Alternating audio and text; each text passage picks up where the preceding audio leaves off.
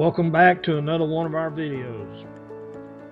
This time we're in Arizona, just east of Phoenix, inside Tonto National Forest. We're taking a run down Highway 88 to Fish Hill Creek section of this road. It's about 2 miles long, and it is full of forgotten history. After it being closed for quite a while, I think a few years, I found out that it was open again, and I made a run all the way out here just to take the Jeep down that road. And I came back home, I researched its history, and I found out way more than I expected to find out for this one little section of road. Everything from train rides across the United States that stop here and provide the passengers with tours down the road to the Indian history and the ancient background of where it all came from and what made the road be what it is today. So let's get started where Highway 88 pavement ends.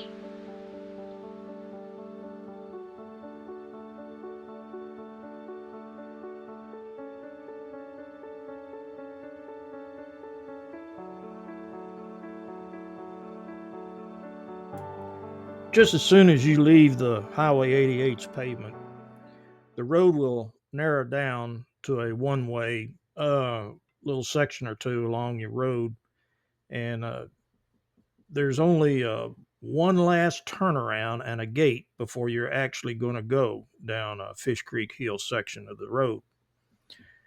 The last chance to turn around is at the parking lot at Fish Creek Vista, and if you're coming from a few states away, as I did, I recommend that you check with the Forest Service to make sure that the gate is planned to be open, uh, especially the days that you're going to travel and come a long distance to be there.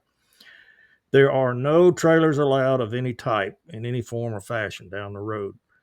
And the day I was there, it had only been opened a week or so, and it was the road was still graded and real smooth, and just about any type of a two-wheel drive passenger car would have made the run that day just fine.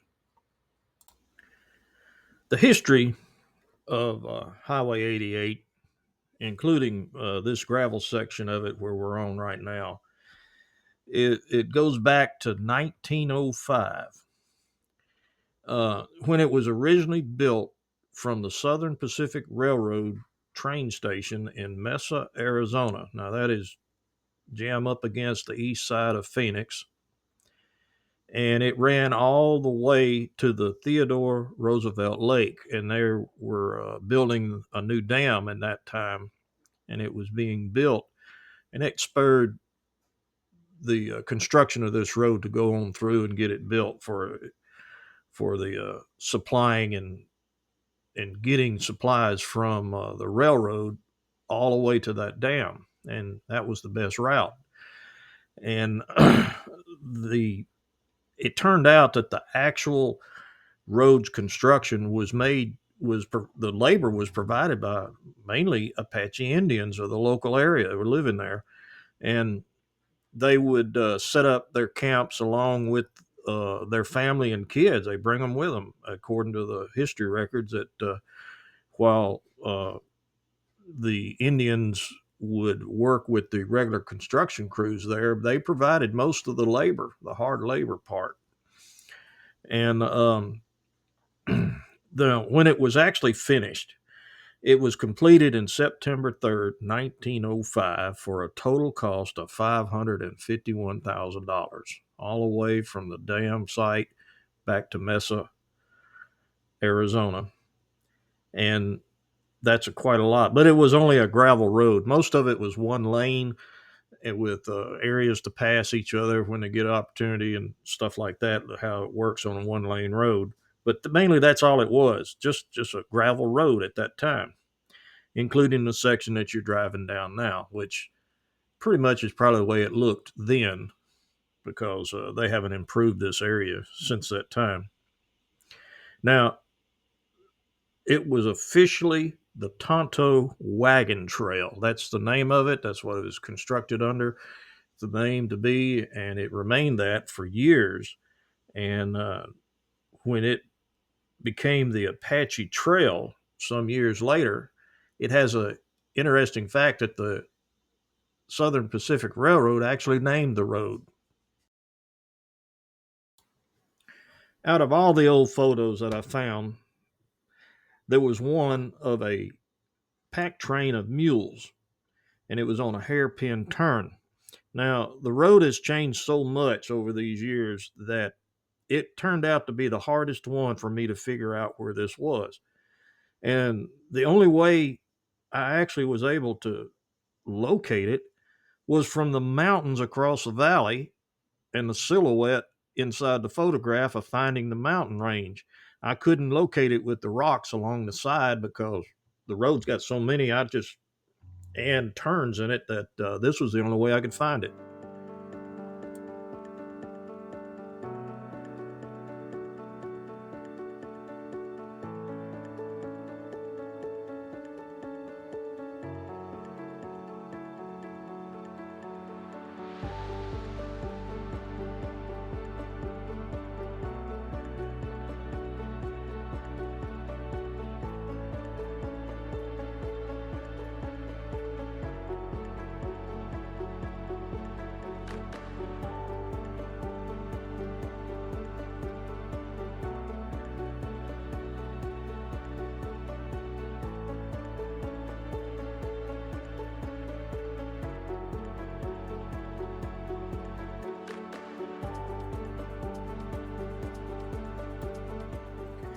Now, early in the 1900s, and it's kind of hard for us to visualize in our day and age, but in the early 1910s, there wasn't a car in every driveway yet.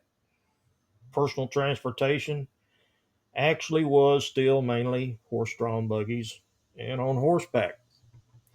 But old records tell of an entrepreneurs out of Phoenix starting up stagecoach runs to and from the damn construction site for regular passengers, construction workers, have not, whatnot.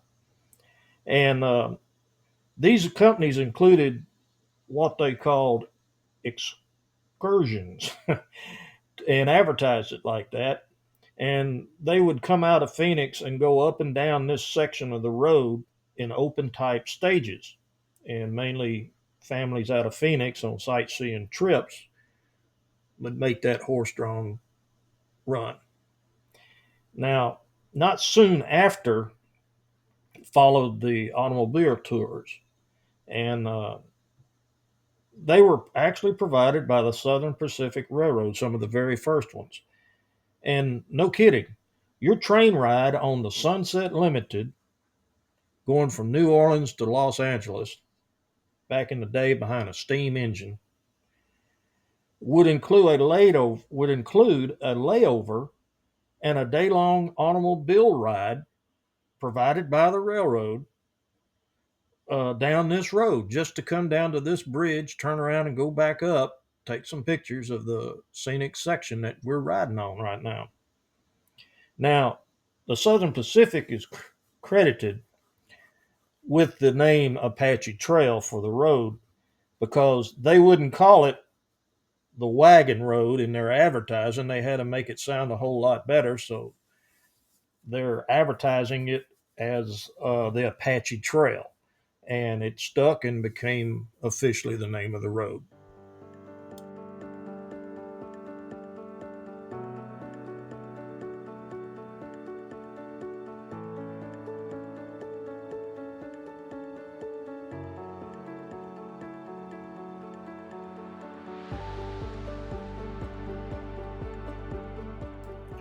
In the 1900s, it was a 71-hour long trip from New Orleans to Los Angeles aboard the Sunset Limited.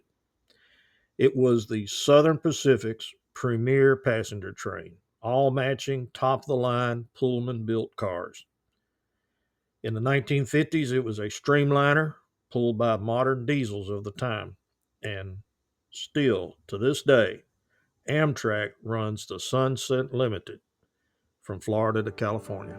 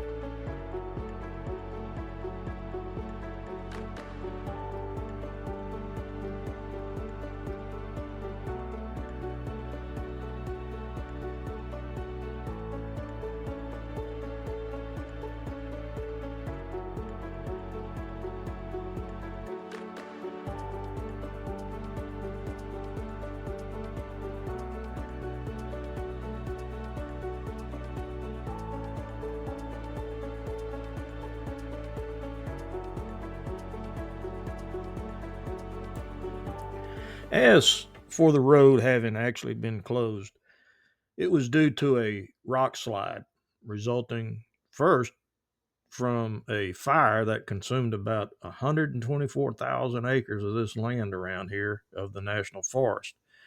Then a storm that followed, dumping 6 inches of rain, and the runoff from that storm on the fire damaged land caused the landslide, and thus closing the road for a few years.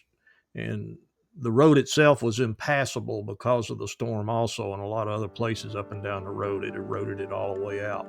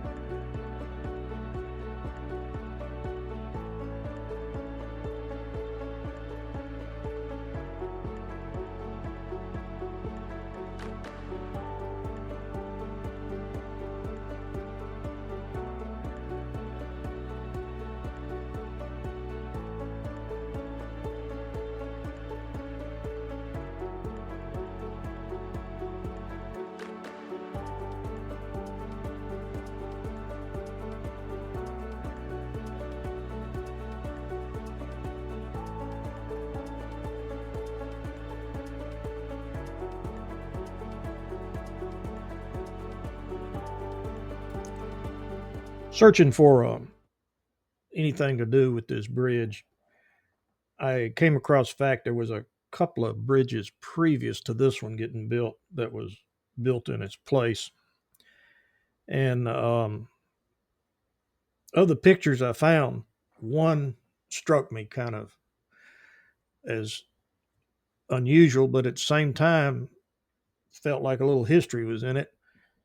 Uh, there's a family getting a family portrait taken down here on the Fish Creek Bridge back in the 1910s, it looks like. And it, to me, it struck me that the mother-in-law is over there on the left, still on the bridge, and the family is getting their picture taken on the right.